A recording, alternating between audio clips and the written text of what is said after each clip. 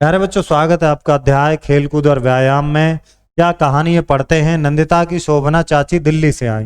नंदिता की चाची हैं जिनका नाम है शोभना। कहाँ से आई? दिल्ली से। नंदिता को देख के हैरान रह गई। बोली, नंदिता क्या बात है, आजकल कुछ खाती पीती नहीं है, उस तरह सूखती क्यों जा रही हो? तुम्हारा चेहरा भी बुझा बुझा सा है। नंदिता की माँ बोली, शोभना, इसका घूमना फिरना या घर से बाहर जाना तो शुरू से ही कम था, मगर इधर जब से परीक्षाएं आई हैं तब से घूमना फिरना बिल्कुल ही बंद कर दिया। सारे दिन कमरे में बंद रहती, इसके मुंह सिर्फ एक ही बात सुनाई पड़ती, मुझे परेशान ना करो, मुझे अच्छे नंबर लाने, इस बार प्रथम आकर दिखाऊंगी। ओके, मैं बार बार समझाती हूँ कि सेहत ठीक रहेगी तभी तो पढ़ाई लिखाई भी कर पाओगी। यह सुनकर शोभना चाची चिंता में पड़ गई। नाश्ते के बाद शोभना चाची ने नंदिता को अपने पास बुलाया।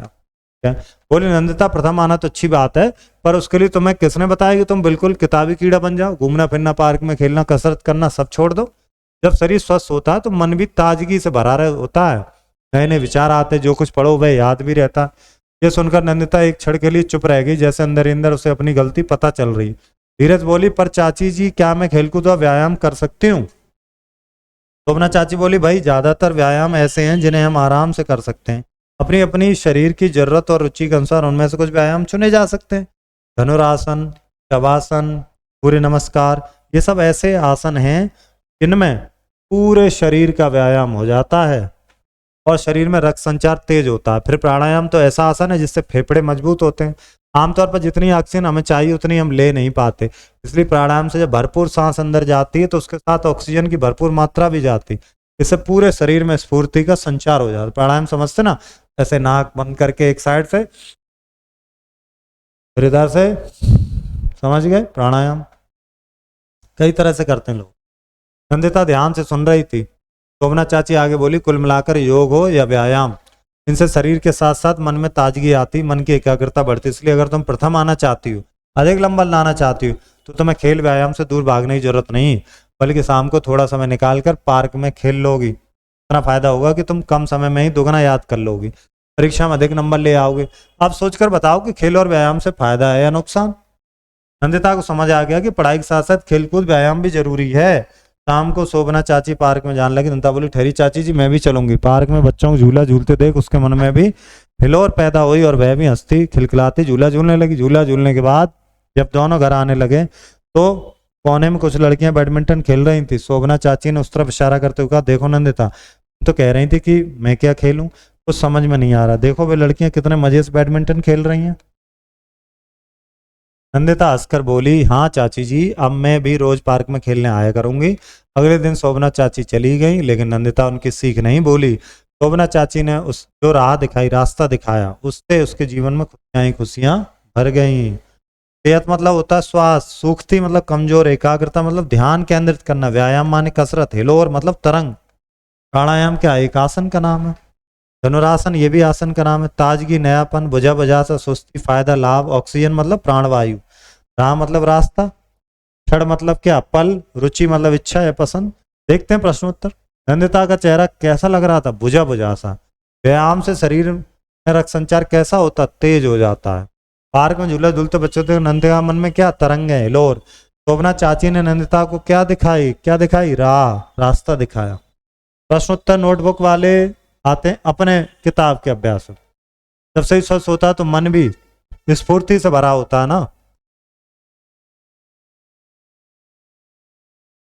और प्राणायाम तो ऐसा आसन है जिससे फेफड़े मजबूत होते। पढ़ाई के साथ साथ क्या योग और व्यायाम भी बहुत जरूरी। देखो वो लड़कियां कितने मजे से बैडमिंटन खेल रही हैं, वह भी हंसती हंसती या झूलने लगी। ज्यादातर व्यायाम ऐसे हैं जिन्हें हम आसानी से कर सकते हैं। सही बात। पढ़ाई और व्यायाम एक साथ नहीं हो सकता, क्यों नहीं हो सकता? नंदिता भी हंसती खिलखिलाती झूला झूलने लगी। हाँ।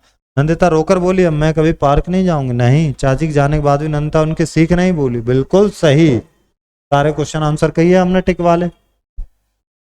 आ जाओ। शब्दों का अंतर समझ के उनका वाक्यों में प्रयोग करो। और मतलब क्या होता है? और मतलब होता है तथा, जैसे वाक्यों में प्रयोग करते हैं।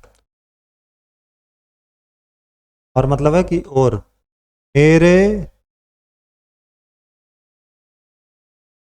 ऐसा लिखते हैं। मेरी ओर आओ मतलब मेरी तरफ आओ। ना और मतलब तथा। चाय और बिस्किट लो, चाय और बिस्किट है मतलब सर। मरे में चलो, मरे मैं चलो, ये हो गया मैं। ये मैं आया। कुकी ता है, कह कौन है, फिर की राम, हाँ है। ठीक है, बना दिए सारे बात। पाठ में आए विदेशी शब्दों को छांट कर लिखो, ये तो पाठ देखना पड़ेगा कौन कौन से विदेशी शब्द। देख लें क्या पाठ, ये देखते हैं पाठ। जैसे कि राह, जैसे कि इशारा, ये विदेशी शब्द। ठीक है, जैसे नुकसान, फायदा, ये विदेशी शब्द हैं। ठीक, ताजगी विदेशी शब्द है, सेहत विदेशी शब्द। आप इन्हें नोट कर लेंगे यहाँ। तीन तीन पर्यायवाची, चलिए लिखते हैं तीन तीन पर्यायवाची। शरीर, देह, काया, तन, राह रास्ता, मार्ग और राह बताई, यानी कि रास्ता दिखाया। मार्ग, राह का मतलब क्या हो सकता, सड़क भी हो सकती। रक्त मतलब क्या है, खून। रक्त मतलब क्या, लहू। रक्त और क्या होता है, गोबर्ड। हाँ मतलब माता, जननी। और मम्मी, अम्मी, बहुत सारे नाम। अम्मा। समय मतलब वक्त, समय का मतलब वक्त होता है बिल्कुल। और क्या होता है समय,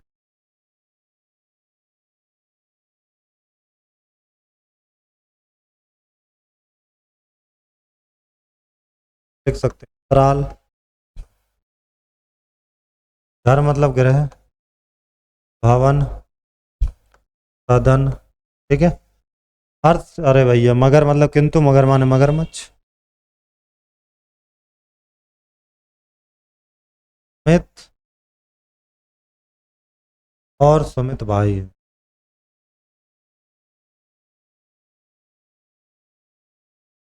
मगर वे आपस में लड़ते हैं।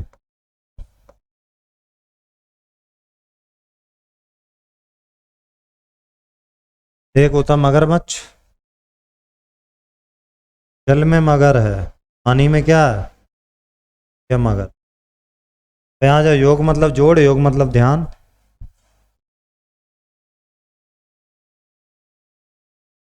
चार और पांच का योग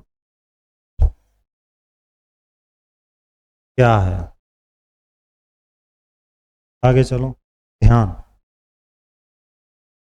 योग से शरीर स्वस्थ रहता है, फिट रहता है ना। इसी प्रकार से आप कर लेंगे। आगे चलिए, अनुस्वार वाले अनुनासिक वाले बहुत रिपीट हो रहे हैं ये सब चीज। अनुस्वार वाले अंकी बिंदी वाले लिख लो। पंख, रंग, अंग, है ना, संग, ये चलो। अब इधर लिख लो, आंख, जांच, आंचल, चांद। क्या है, नहीं है, बिल्कुल आसान। चित्र को देखकर गतिविधियों में वाक्य बनाओ, ये वाक्य आपको बना। बच्चे पार्क में खेल रहे हैं, कुछ बच्चे झूला झूल रहे हैं, एक बच्चा फुटबॉल खेल रहा है, दो लड़कियां बैडमिंटन खेल रही हैं। ठीक है, मिलते हैं अगले अध्याय में। धन्यवाद।